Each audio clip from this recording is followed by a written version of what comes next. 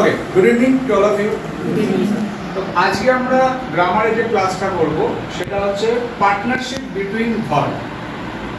আমাদের লাইফে মানে রিয়েলিটিতে প্রত্যেক কারো না কারো পার্টনার থাকে। কোনো ছেলে মেয়ে পার্টনার থাকে, কোনো মেয়ের ছেলে পার্টনার থাকে, আবার ছেলে ছেলেও পার্টনার হয়, মেয়ে মেয়েও পার্টনার হয়। তো প্রত্যেকের লাইফে এরকম করে পার্টনার দরকার। ঠিক তেমনি ভার্বেরও পার্টনার হয়। তো ভার্ব যখন আমাদের সেন্টেন্সে আসে, বেশ কিছু কিছু ভার্ব আছে যারা পার্টনার নিয়ে আসে। তো আজকে আমরা দেখব যে ভার্ব কাদেরকে নিয়ে আসে সেন্টেন্সে। আমরা ভার্ব ফ্যামিলি লাস্ট ক্লাসে করেছি যে ভার্ব ফ্যামিলি 7 ফর্ম থাকে: mother form, present one, present two, past, present participle, past participle and infinite form. তো আমরা 7টা ভার্বের ফ্যামিলি মেম্বারকে দেখেছি। তো সেই 7টা ফ্যামিলি মেম্বাররা কোন কোন ভার্বকে অ্যাজ এ পার্টনার নিয়ে আসছে সেটা আমরা আজকে দেখব। তো তার আগে আমাদেরকে কি করতে হবে, পার্টনারশিপ ম্যাচিং আমরা চেক করব বোঝাবার জন্য। যেমন দেখো, হাজব্যান্ড আর ওয়াইফ এই দুজনের ফটো দেখে কি মনে হচ্ছে, ম্যাচিং ঠিক আছে? কি প্রবলেম আছে? হ্যাঁ, তার মানে কি বলা যাচ্ছে? ফিজিক্যালি মিসম্যাচ, ফিজিক্যালি ম্যাচিং ঠিক নেই। হাজব্যান্ড টল, ওয়াইফ শর্ট, এরকম বিয়ে হয় বা হচ্ছেও, কিন্তু ম্যাচিং ঠিক নেই।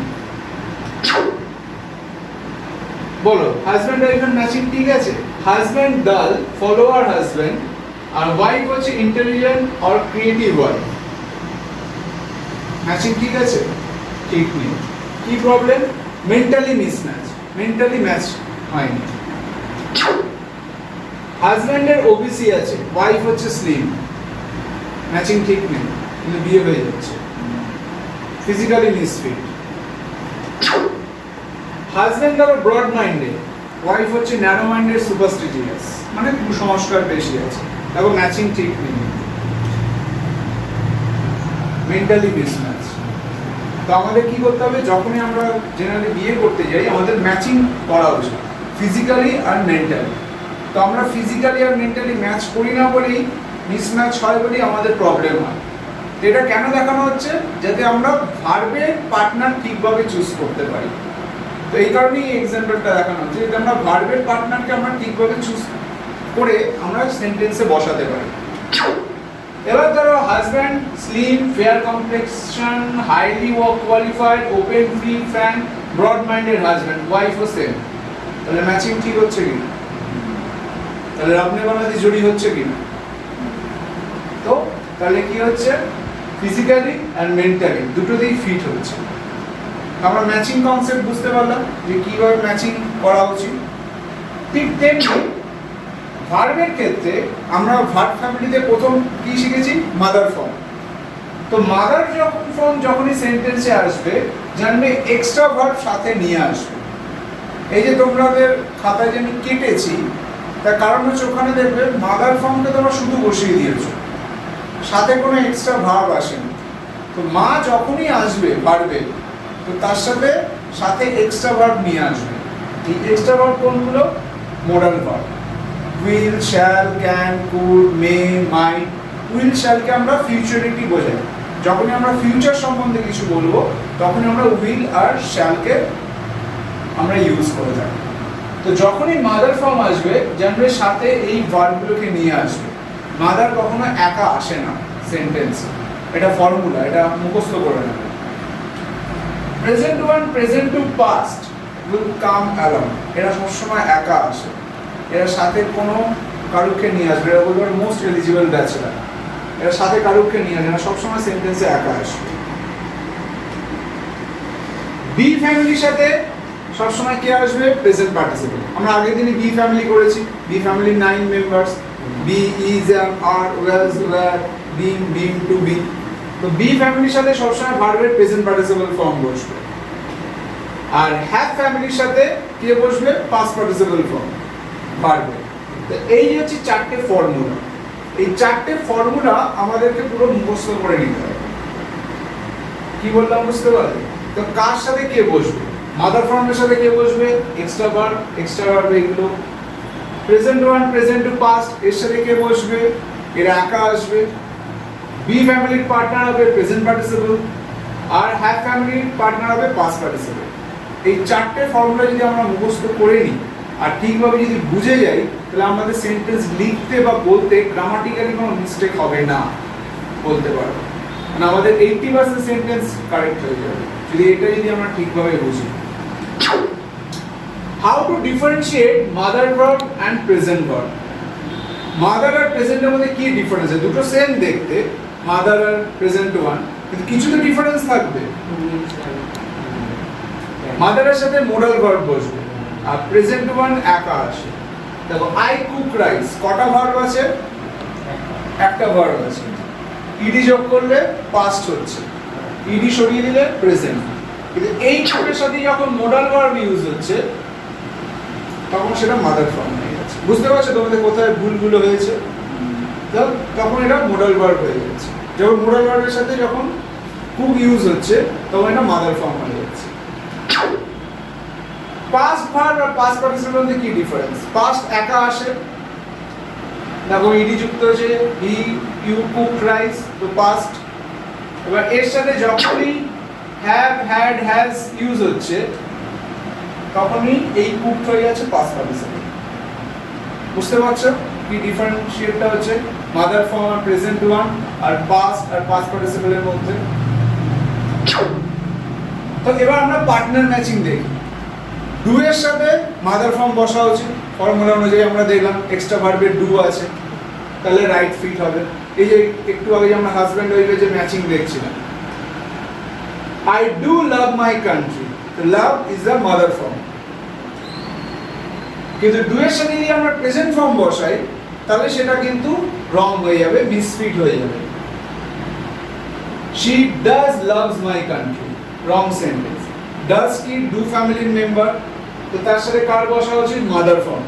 কিন্তু loves কোন ফর্ম? প্রেজেন্ট টু, তাই গ্রামাটিক্যালি মিসফিট। সুতরাং বুঝতে পারছো তো ওটা অসুবিধা হচ্ছে? আমরা ফর্মুলা জেনেছি, ফর্মুলা আগে ভালো করে বুঝে নাও।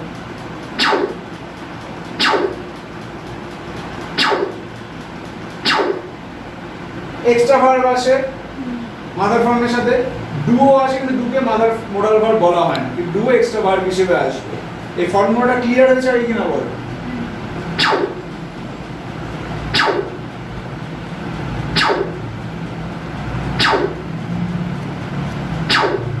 তাহলে ডু এর সাথে ফর্মুলা অনুযায়ী মাদার ফর্ম বসছে, তাহলে রাইট ফিট মানে যে ঠিকঠাক ম্যাচ। ক্লিয়ার হয়েছে এটা? কিন্তু ডু এর সাথে যদি আমরা প্রেজেন্ট ফর্ম বসাই তাহলে কিন্তু সেন্টেন্স রং হয়ে যাবে, মিসফিট হয়ে যাবে। ডু এর ফ্যামিলি মেম্বার কে? ডাজ, তো ডাজ ডু ফ্যামিলির মেম্বার, তার সাথে কার বসা উচিত? মাদার ফর্ম, মানে লাভ হওয়া উচিত, কিন্তু এখানে কি আছে? প্রেজেন্ট টু ফর্ম, লাভস, লাভে যদি ভার্ব ফ্যামিলি বের করি তো মিসফিট। ক্লিয়ার হয়েছে তোমাদের? আবার দেখো বি এর সাথে কার বসা উচিত? প্রেজেন্ট পার্টিসিপল, কে বসেছে? পাস্ট ফর্ম, তো মিসফিট, কারণ সেন্টেন্স কিন্তু গ্রামাটিক্যালি রং হয়ে যাচ্ছে। আর এই ধরনের সেন্টেন্সই আমরা কিন্তু অনেক সময় বলতে থাকি, বুঝতে পারি না যে গ্রামাটিক্যালি ঠিক বলছি কি ভুল বলছি। বি এর সাথে যদি আমি প্রেজেন্ট ফর্ম বসাই তাহলে সেন্টেন্স ঠিক হবে? ঠিক হবে না। প্রেজেন্ট ফর্ম মানে প্রেজেন্ট ওয়ান প্রেজেন্ট টু, বসা কার উচিত? Present participle, misfit. I am see the moon, wrong sentence. কার বসা উচিত? বি ভার্বের সাথে, বি ফ্যামিলি মেম্বারের সাথে প্রেজেন্ট পার্টিসিপল, তো প্রেজেন্ট পার্টিসিপল কি আছে? I am seeing the moon, am be ফ্যামিলির মেম্বার, am এর পার্টনার কে আছে? প্রেজেন্ট পার্টিসিপল, প্রেজেন্ট পার্টিসিপল কি হচ্ছে? seeing। ক্লিয়ার? বা কোথাও কোনো ডাউট? হ্যাভ এর সাথে কার বসা উচিত? পাস্ট পার্টিসিপল, এখানে কে বসেছে? তাই মিসফিট, ফিটিংস ঠিক নেই। I have seen the moon, wrong sentence। যদি আমি পাস্ট ফর্মে বসাই তাহলেও ভুল হবে। I have saw the moon, sentence grammatically wrong। Actual কার বসা উচিত? পাস্ট পার্টিসিপল, তাহলে সেন্টেন্স গিয়ে রাইট ফিট হবে। I have seen the moon, past participle form বসবে। আর মোডাল ভার্বের সাথে কার বসা উচিত? Mother form. দেখো এখানে সি এর সাথে যতগুলো আছে সব দেখো মোডাল ভার্ব বসেছে। যদি মোডাল ভার্ব না থাকতো তাহলে এটা প্রেজেন্ট ওয়ান ফর্ম হয়ে যেত। যেহেতু মোডাল ভার্ব বসেছে তাই এটা মাদার ফর্ম। তো ডিফারেন্সিয়েটটা বুঝতে পারলে যে মাদার আর প্রেজেন্ট ওয়ান এর মধ্যে। তো আমি একটা এক্সাম্পল দেখাচ্ছি। Mother form look, I should look you. তো শুড মোডাল ভার্ব, লুক হয়ে যাচ্ছে mother form. Present one look, we look you, দেখো একা এসেছে, সাথে কোনো এক্সট্রা ভার্ব নেই। Present two looks, he looks me, দেখো একা এসেছে, সাথে কোনো এক্সট্রা ভার্ব নেই। পাস্ট হচ্ছে লুক, ইউ লুক বিউটিফুল, দেখো একা এসেছে, সাথে কোনো এক্সট্রা ভার্ব নেই। Present participle looking, Gita is looking so nice, is be family member, তার সাথে বসেছে প্রেজেন্ট পার্টিসিপল। পাস্ট পার্টিসিপল হচ্ছে look, he has looked his book, দেখো হ্যাভ ফ্যামিলি মেম্বার বলেছে হ্যাজ। আর infinite form to look, infinite form কি হবে use হয়? আগেই বলেছি তে অর্থে ইউজ হবে। পড়তে হবে, যেতে হবে, ঘুমাতে হবে, শুতে হবে, তে অর্থে বাংলা। আর হিন্দিতে হলে না, करना चाहिए, उठना चाहिए, बैठना चाहिए, सोना चाहिए ना। तो I want to look my home, तो टू लुक। বুঝতে পারলে এক্সাম্পলটা? কোথাও ডাউট? মাদার ফর্মের সাথে কারা বসে? সাবজেক্ট পার্টে। আমরা ফর্মুলা জানি সেন্টেন্সের, subject part, verb, ROP, rest of predicate. তো সাবজেক্ট পার্টে কারা বসবে? I, we, you, he, she, they, it, names, এরা মাদার ফর্মের সাথে বসবে সাবজেক্ট পার্টে, যেটা দিয়ে সেন্টেন্স স্টার্ট হয়। প্রেজেন্ট ওয়ানে বসবে I, we, you, they. Present টুতে কারা বসবে? He, she, names, it. পাস্টে প্রেজেন্ট পার্টিসিপল, পাস্ট পার্টিসিপল আর ইনফাইনাইট ফর্মে সবাই বসতে পারে, সবাই বসতে পারে, এটা কোনো ভাগ নেই। ইও বসতে পারে, শিও বসতে পারে, আই, উই, দে সবাই বসতে পারে। যেমন আই এর সাথে কারা বসবে? am, was, have, had, এদেরকে হেল্পিং ভার্ব বলা হয়। কারা আই এর সাথে বসতে পারে হেল্পিং ভার্ব হিসেবে? am বসতে পারে, was বসতে পারে, have বসতে পারে, had বসতে পারে। ইউ, উই, দের সাথে কে বসতে পারে? are, were, have, had। He, she, names, it কাকে বসতে পারে? ইট, ওয়াজ, হ্যাজ, হ্যাড, এদেরকে হেল্পিং ভার্ব বলা হয়। ক্লিয়ার? সবই ক্লিয়ার হচ্ছে? এবার যখনই কোনো সেন্টেন্স তুমি লিখছো বা কোনো সেন্টেন্স হয়তো তুমি বলছো, তো কি করে বুঝবে সেন্টেন্সটা গ্রামাটিক্যালি ঠিক আছে কি ভুল আছে? তো যখনই এই মাথায় প্রশ্নটা আসবে যে আমি যেটা বলছি বা লিখছি সেটা ঠিক কিনা, তো চেক করবে যে পার্টনার ভার্ব ঠিক আছে।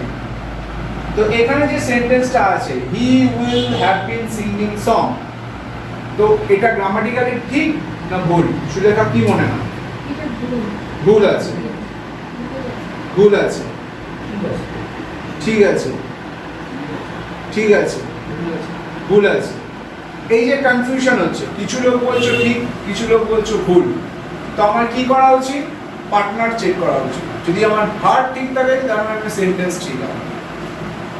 প্রথম দেখি পার্টনার ওয়ান, কে আছে? উইল আর হ্যাভ, এই দুটোর মধ্যে পার্টনার দেখি। উইল এর সাথে ফর্মুলা অনুযায়ী কার বসা উচিত? উইল এর সাথে কার বসা উচিত ফর্মুলা অনুযায়ী? একটু আগে আমরা ফর্মুলা দেখলাম পার্টনার ভার্বের, mother form, present one, present two, past, এই ফর্মুলাগুলো একটু দেখলাম। উইলের সাথে কার বসা উচিত? পাস্ট পার্টিসিপল হ্যাভ বসবে। এক্ষুনি তো আমরা চারটে ফর্মুলা দেখলাম। মাদার ফর্ম বসা উচিত, এক্ষুনি আমরা দেখলাম উইলের সাথে মাদার ফর্মে বসা উচিত। তোমরা সবাই ঘাট নাচ্ছ, হ্যাঁ বুঝে গেছি, বুঝে গেছি, বুঝে গেছি। প্রশ্ন যখন করলো তখন পুরো হ্যাঁ হয়ে বসে আছে, এতক্ষণ ধরে যেটাই বুঝিয়ে যাচ্ছে। একটু আগেই তো এক্সাম্পল দেখালাম যে সি এর সাথে সব মাদার ফর্ম বসেছে, এই যে এক্ষুনি এখানেও বোঝালাম, এখানেও দেখালাম।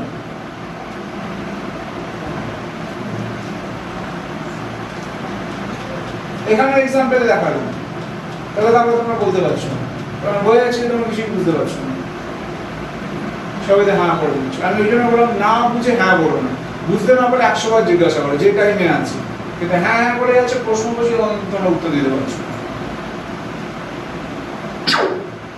তো উইলের সাথে কার বসা উচিত? মাদার ফর্মে।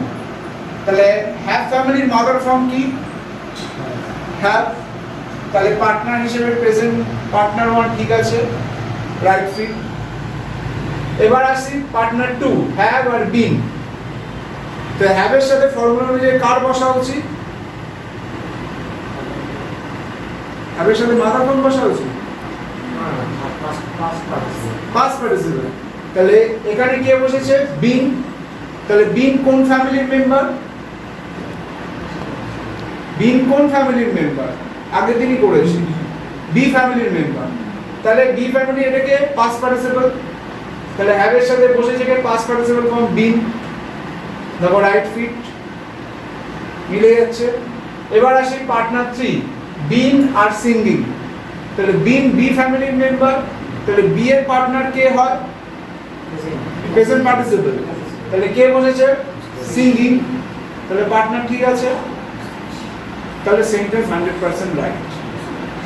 কেউ যদি এসে তোমাকে বলেও যে এই সেন্টেন্সটা ভুল গ্রামাটিক্যালি, তুমি প্রুফ করে দিতে পারবে যে আমার পার্টনার ভার্ব ঠিক আছে, তো সেন্টেন্স আমার গ্রামাটিক্যালি রাইট 100%।